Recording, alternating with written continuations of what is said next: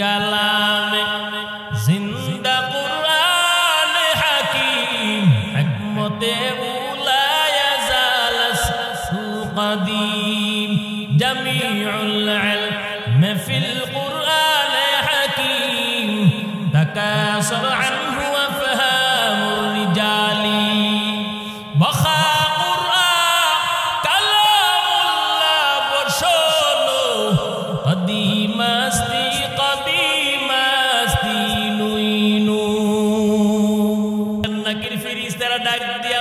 কতক্ষণ পর্যন্ত তুমি কবরের মধ্যে থাকবা? আল্লাহর কোরআনের সূরাতুল মুলক যুবক ডাক দিয়া বলবে, কবর থেকে আমি বিদায় নেব না, আমি আমার বন্ধুর সঙ্গে কবরে থাকব, মিজানেও থাকব, আমি আমার বন্ধুর সঙ্গে হাসরে থাকব, আমি আমার বন্ধুর সঙ্গে ফুলসিরাতেও থাকব, যতক্ষণ না পর্যন্ত আমার বন্ধুকে আমি জান্নাতে পৌঁছাইয়া দিতে না পারবো, ততক্ষণ পর্যন্ত আমি আমার বন্ধুর সঙ্গ ছাড়িয়া যাব না। আমার আপনার মায়ার নবী ডাক দিয়া বলে, সাহাবারা শোনো, এমন একজনকে নিজের বন্ধু বানাও যেই বন্ধু তোমাদের ব্যাপারে সুপারিশ করিয়া মালিকের জান্নাতে পৌঁছাইয়া দিবে।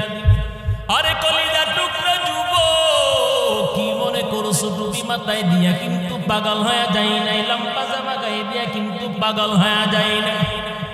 একদিন বুঝবি কোন দিন, বলে হাসরের কঠিন দিনে বুঝবি রে যুবক, নামাজের দাম কত, কোরআনের মজাটা কত, নামাজের মূল্যটা কত, টুপির দাম কত, জুব্বার দাম কত, দাড়ির দাম কত, হাসরের দিন বুঝে আসবে। অতএব নিজের মনের খায়েশাত অনুযায়ী জীবনটা চালাইও না।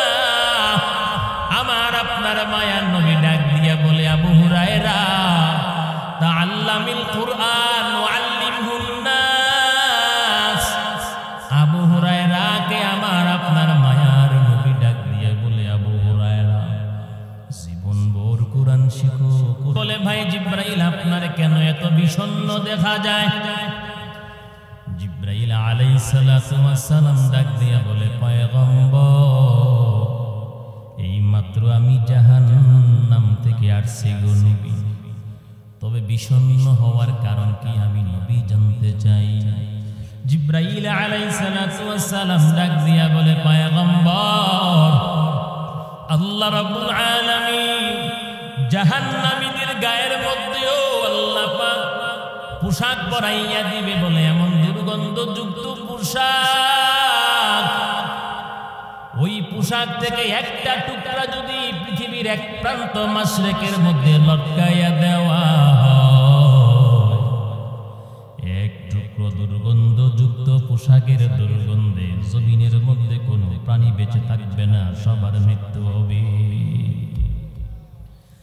অতএব মুখলেশপুরের যুবক ও দাড়ি পাকাওয়ালা বৃদ্ধ মুরব্বী বাবা, অপরদার অন্তরের মা,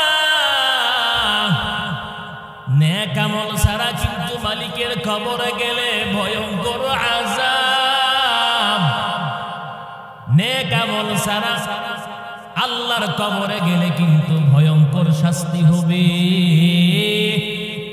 আল্লাহ পাক তো বলেছেন, 5 ওয়াক্ত নামাজ যথাযথভাবে আদায় করলে আমি আল্লাহ কবরের আযাব পর্যন্ত মাফ করে দেব। আমার আপনার মায়ার নবী বলেন, দুনিয়ার জমিনে যারা কোরআনকে নিজের বন্ধু বানাবে, কোরআন তেলাওয়াত করবে, সকালবেলা সূরা ইয়াসিন তেলাওয়াত করবে, যোহরের নামাজের পর সূরা ফাতিহা তেলাওয়াত করবে, আসরের নামাজের পর আল্লাহর কোরআনের 30 নম্বর পারার প্রথম সূরা সূরাতুন নাবা তেলাওয়াত করবে, মাগরিব নামাজের পর সূরাতুল ওয়াকিআ যারা তেলাওয়াত করবে, ইশার নামাজের পর সূরাতুল মুলক যারা তেলাওয়াত করবে, আমার আপনার মায়ার নবী সূরাতুল মুলক সম্পর্কে সুন্দর বর্ণনা দিয়েছেন। পয়গম্বর বলেন সূরাতুল মুলক এমন একটি সূরা যারা দুনিয়ার জমিনে এশার নামাজের পর নিয়মিত তেলাওয়াত করবে, আমল করবে, কোরআনকে মুহাব্বত করবে, তাজিম করবে, সম্মান করবে, এই সূরাতুল মুলক যখন এই বান্দা মৃত্যুবরণ করবে, কবরে চলে যাবে, মুনকার নাকির দুইজন ফেরেশতা মৃত ব্যক্তির কবরে আসার আগে সূরাতুল মুলক যুবকের সুরত ধরে তার পাশে বসে থাকবে। মুনকার নাকির দুইজন ফেরেশতা কবরের মধ্যে ঢোকার পর মৃত ব্যক্তিকে জাগানোর জন্য চেষ্টা করবে। সূরাতুল মুলক যুবক ডাক দিয়া বলবে, কি ব্যাপার, আমার বন্ধুকে ঘুম নষ্ট করা যাবে না, কেন আমার বন্ধুকে ডাক দিতেছো? তোমাদের কোনো কিছু বলার থাকলে, জানার থাকলে আমাকে বলো, তোমাদের যদি কোনো কিছু প্রশ্ন করার থাকে আমাকে প্রশ্ন করতে পারো। মুনকার নাকির দুইজন ফেরেশতা ডাক দিয়া বলবে, কে তুমি? এবার যুবক বলবে, আমি আল্লাহর কোরআনের সূরাতুল মুলক। আমার এই বন্ধু দুনিয়ার জমিনে আমারে সম্মান করছে, তাজিম করেছে, আমারে সময় দিয়েছে, কলিজা থেকে আমারে তেলাওয়াত করেছে, বিশুদ্ধভাবে তেলাওয়াত করেছে। জমিনের মধ্যে কত বন্ধু থাকতে তাদেরকে প্রত্যাখ্যান কইরা সে আমারে নিজের বন্ধু বানাইছে। আর প্রকৃত বন্ধুর পরিচয় বিপদে পড়া বন্ধুর পাশে থাকবে। বলেন তো প্রকৃত বন্ধুর পরিচয় কি? বিপদগামী বন্ধুরে সাইরা যায় না, কথা কোন ঠিক না বেটি? বলে যেহেতু দুনিয়ার জমিনে আমারে বন্ধু বানাইলো, আমিও তার বন্ধু হইয়া গেলাম, এই জন্য আমি আমার বন্ধুর সাথে কবরে। ও ফেরেশতারা যদি কোনো প্রশ্ন থাকে আমারে করো, কিন্তু আমার বন্ধুরে ডাক দেওয়া যাবে না। মুনকার নাকির ফেরেশতারা ডাক দিয়া বলে, কতক্ষণ পর্যন্ত তুমি কবরের মধ্যে থাকবা? আল্লাহর কোরআনের সূরাতুল মুলক যুবক ডাক দিয়া বলবে, কবর থেকে আমি বিদায় নেব না, আমি আমার বন্ধুর সঙ্গে কবরে থাকবো, মিজানেও থাকবো, আমি আমার বন্ধুর সঙ্গে হাসরে থাকবো, আমি আমার বন্ধুর সঙ্গে ফুলসিরাতেও থাকবো, যতক্ষণ না পর্যন্ত আমার বন্ধুকে আমি জান্নাতে পৌঁছাইয়া দিতে না পারবো, ততক্ষণ পর্যন্ত আমি আমার বন্ধুর সঙ্গ ছাড়িয়া যাব না। ইকালামে জিন্দা কুরআন হাকিম হিকমতে قديم جميع العلم في القرآن حكيم تكاثر عنه وفهام الرجال بخا قرآن كلام الله برشلو قديم استي نوينو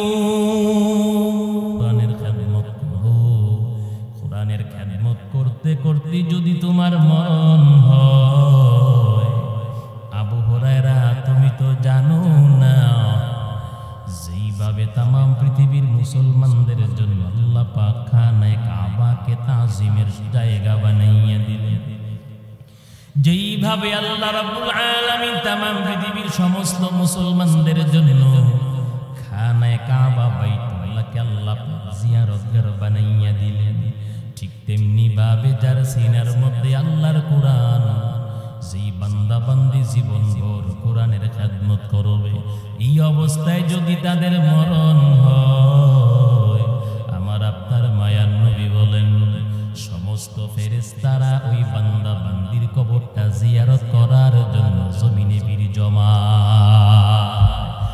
মুসলমানদের জিয়ারত ঘর খানায়ে কাবা, মায়ার নবী বলেন যার সিনার ভিতরে কোরআন থাকবে, কোরআনের খেদমত করবে, মৃত্যুবরণ করবে, ফেরেশতাদের জিয়ারতগার হলো তার কবর। কোরআন শিখার দরকার আছে না নাই? কোরআন শিখার দরকার আছে না নাই? আমার আপনার নবী বলেন ক্বালা রাসূলুল্লাহ সাল্লাল্লাহু আলাইহি ওয়াসাল্লাম আল কুরআনু শাফিউন মুশাফফাউন ওয়া মা হিল্লুন মুসাদ্দাকুন মান জাআলাহু আমামা কাদাহু ইলাল জান্নাহ। আমার আপনার নবী বলেন কোরআনকে যারা দুনিয়ার জমিনে তাজিম করবে, সম্মান করবে, চুমু দিবে, বুকে লাগাবে, তেলাওয়াত করবে, বন্ধু বানাবে, কাদাহু ইলাল জান্নাহ, এই কোরআন তার জন্য সুপারিশ করিয়া মালিকের জান্নাতে পৌঁছাইয়া দেবে। ওমান জাআলা খালফা যহরিহি সাকাতাহু ইলান নার, যারা কোরআনের মাহফিল বন্ধ করবে, বাধাগ্রস্ত সৃষ্টি করবে, কোরআনের বয়ান বন্ধ করবে, কোরআনের বিরুদ্ধে কথা বলবে, কোরআনের শানে বেয়াদবি করবে, আলেমদের শানে বেয়াদবি করবে, কোরআনের হাফেজের সঙ্গে বেয়াদবি করবে, নিজেও কোরআন শিখে নাই, কোরআনওয়ালাকে দেখতেও পারে না, নিজে আমলও করে নাই, কোরআন ধৈর্য দেখে নাই, শিকার চেষ্টাও করে নাই, তাজিম করে নাই, কোরআনের পিছনে ফালাইয়া রাখছে। আমার আপনার মায়ার নবী স্পষ্ট ভাবে বলেন দুনিয়ার উম্মাত ওমান জাআলা খালফা যহরিহি সাকাতাহু ইলান নার, এমন বেয়াদব গাদ্দারদেরকে আল্লাহর কোরআনটা ধাক্কা মারিয়া জাহান্নামের মধ্যে নিক্ষেপ করবে। আইবে রানার দূরে বাসা জিয়ারে বদ ইয়ারে বদ বতর বুআদাজ মারে কোরআন শিখার দরকার আছে না নাই? কথা বলেন না কেন? প্রত্যেকটা পাড়া মহল্লার মধ্যে দ্বীনি মাদ্রাসা আছে না নাই? ইমাম খতিব মুয়াজ্জিন সাহেব আছে না নাই? আলেম সাহেব হাফেজ কোরআন আছে না নাই? আল্লাহর কসম যদি নাজাত পাইতে চান অবশ্যই আল্লাহর কোরআন লাগবে। কারণ আপনার কোরআনটা যদি বিশুদ্ধভাবে তেলাওয়াত শিখা না হয়, আপনি জীবনভর নামাজ পড়লে আপনার নামাজ হবে না। কথা কয় না? আপনি যদি আল্লাহর কোরআনটা বিশুদ্ধভাবে শিখতে না পারেন, আপনার নামাজ হবে না, কোনো আমল কবুল হবে না। অতএব নামাজ পড়তে কোরআন দরকার আছে না নাই? কথা বলেন, নামাজ পড়তে কোরআন লাগেনি? কথা কয় না? এলাকার মুসলমান আল্লাহর গোলাম, অবশ্যই কোরআন লাগবে। ব্যক্তিগত জীবনে, পারিবারিক, রাষ্ট্রীয়ভাবে কোরআন প্রয়োজন আছে না নাই? নবীর উম্মত, আপনার সমাজের মধ্যে, আপনার এলাকার মধ্যে যেই পরিবারের মধ্যে আল্লাহর কোরআনটা সকাল সন্ধ্যা তেলাওয়াত হয়, দেখবেন এই পরিবারের মধ্যে শান্তি আছে না নাই? আর যে পরিবারের মধ্যে গানের আওয়াজ, দেখবেন স্বামী স্ত্রীর মধ্যে মিল নাই, ভাই ভাইয়ের মধ্যে মিল নাই, ঝগড়া আছে না নাই? কারণ আপনার দোকান আছে, ব্যবসা বাণিজ্য আছে, আপনি যদি ফজর নামাজের পর দোকানটা পরিষ্কার করিয়া দোকানে বইসা সূরা ইয়াসিন তেলাওয়াত করেন, আপনারাই বলেন দোকানে বরকত হবে নি? যেমনি দোকানে বরকত হবে, ঠিক তেমনি ঘরের ভিতরে যদি ফজর নামাজের পর আল্লাহর কোরআন তেলাওয়াত করেন, সূরা ইয়াসিন যদি তেলাওয়াত করেন গো, অবশ্যই আপনার ঘর থেকে মুসিবত দূর হবে, আল্লাহ পাক রহমত বর্ষণ করবে। শরীআতুহু তরিকাতুহু তামামি, হাকিকত সে মুহাম্মদ কি গুলামি। আল্লাহর কোরআনটা এমন একটা গ্রন্থ, যদি কোন জিরু কোরআনের মধ্যে আসে, কোরআনের সাথে সম্পর্ক করে, সম্পর্ক লাগায়, আল্লাহ পাক তারে সাথে সাথে হিরো বানাইয়া দেয়। আর যদি কোনো হিরো কোরআনের সামনে বেয়াদবি করে, আল্লাহ পাক মুহূর্তের মধ্যে তারে জিরু বানাইয়া দেয়। কথা বলেন না কেন? যেই কালামুল্লাহ শরীফ আল্লাহ পাক নিজে জান্নাতের ভিতরে তেলাওয়াত করবে, সুবহানাল্লাহ। যেই কালামুল্লাহ শরীফ আল্লাহ পাক নিজেই জান্নাতের ভিতরে জান্নাতীদের সামনে তেলাওয়াত করবে। দাউদ আলাইহিস সালাতু ওয়াস সালাম তিনিও জান্নাতীদের সামনে জান্নাতের ভিতরে তেলাওয়াত করবে। আমার আপনার মায়ার নবী, রহমতের নবী, সারওয়ারে দু আলম, ওই নবী নিজেও সূরা ইয়াসিন জান্নাতীদের সামনে জান্নাতে তেলাওয়াত করবে। নবীর উম্মত, কোরআনের অর্থ যদি আপনি না জানেন, না বুঝেন, কোনো অসুবিধা নাই। তেলাওয়াত যদি বিশুদ্ধ হয়, আপনি মাত্র একটা হরফ পড়তে দেরি হবে, আল্লাহ পাক 10টা সওয়াব 10টা নেক আমল নামায় পাঠাইতে দেরি করবেন না।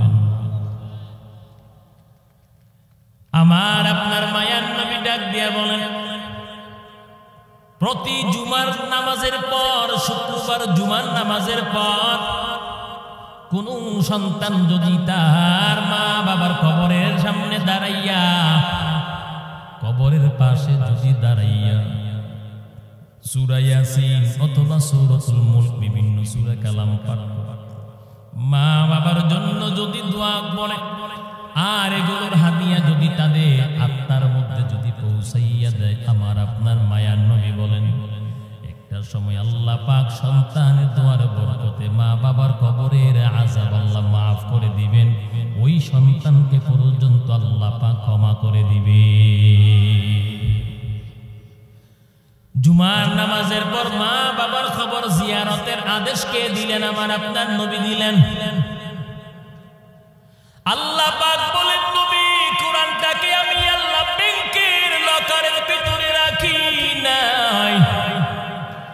আমি আল্লাহ কোরআনটাকে কোন সিন্ধুকের ভিতরে রাখি নাই।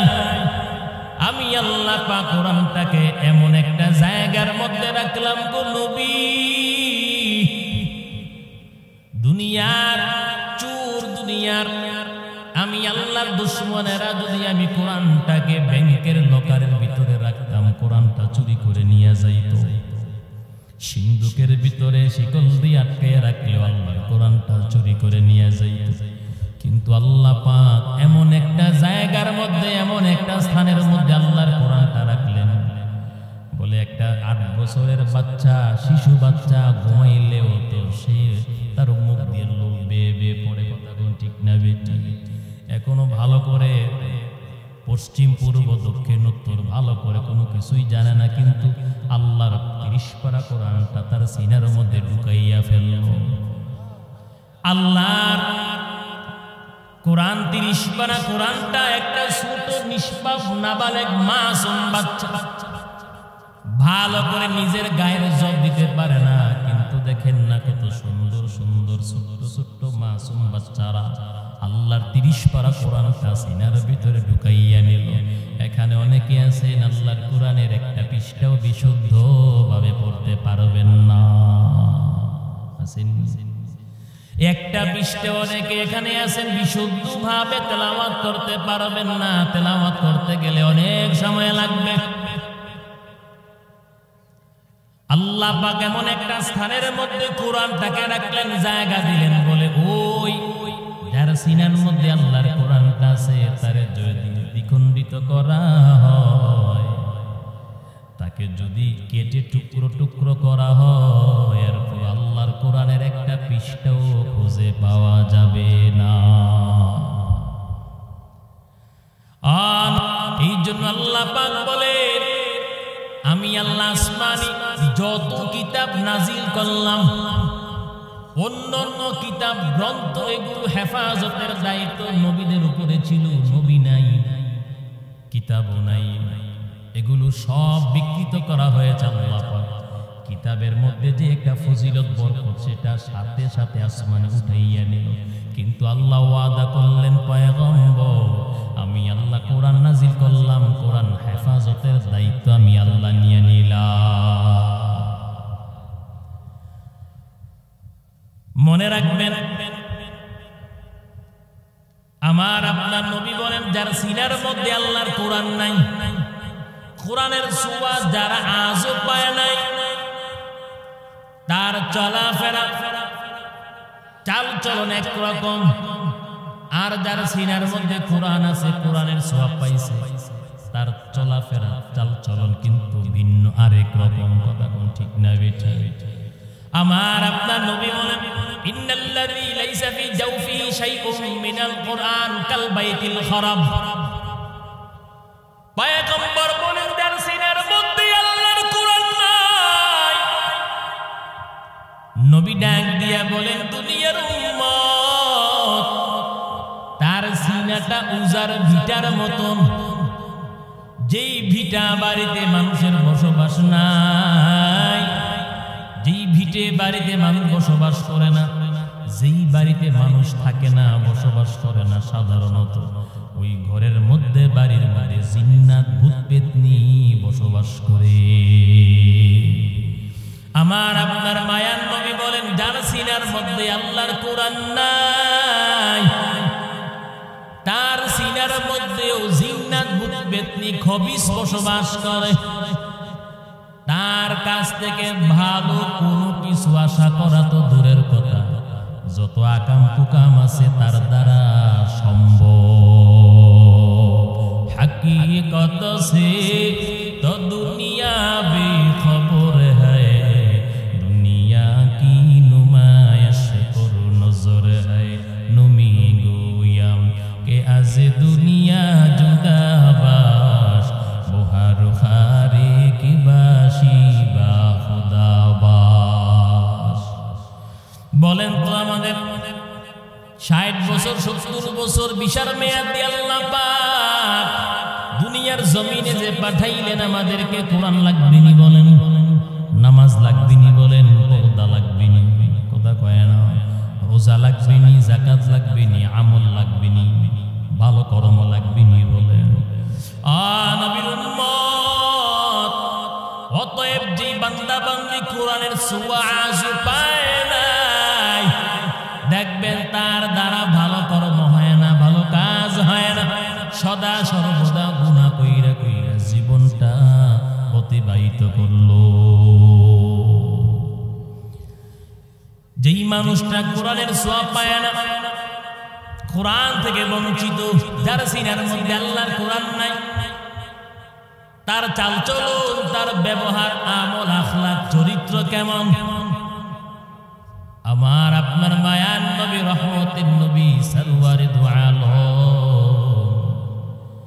নবী দিন প্রচার করে, কালেমা প্রচার করে, ইসলাম প্রচার করে, তখন মুসলমানদের সংখ্যায় বড় কম।